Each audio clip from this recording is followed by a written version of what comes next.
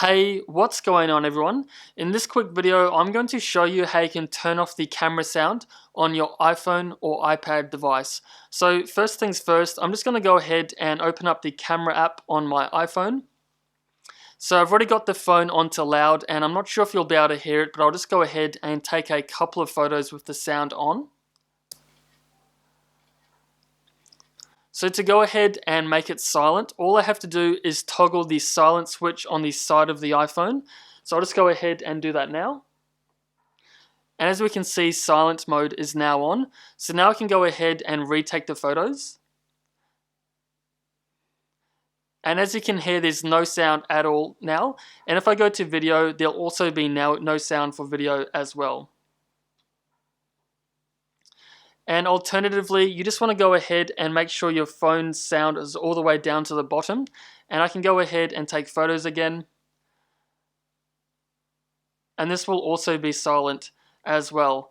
And another awesome way, if you want to keep your sound on, is to go ahead and again turn the sound on the left hand side. And now I can go ahead and turn the volume up.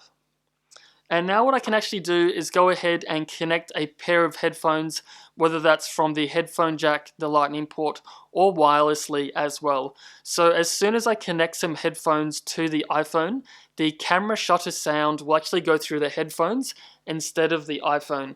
So as you can see, the volume is all the way up and the loud mode is turned on. So I'm just going to go ahead and put in my AirPods, and then I can go ahead and take a photo. And the sound shutter will actually now be silent. So now I'll go ahead and take a photo, and you will actually not be able to hear the shutter sound as it's playing through my AirPods.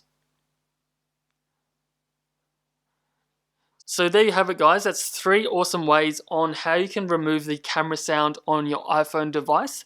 And just as a side note, depending on where you are in the world, I think maybe Japan and South Korea, actually their governments do require sounds on the iPhone when taking photos, just for privacy concerns as well. So if that's not working for you, that may be one of the reasons why the sound shutter is still there. So hopefully this quick video has been helpful for all of you.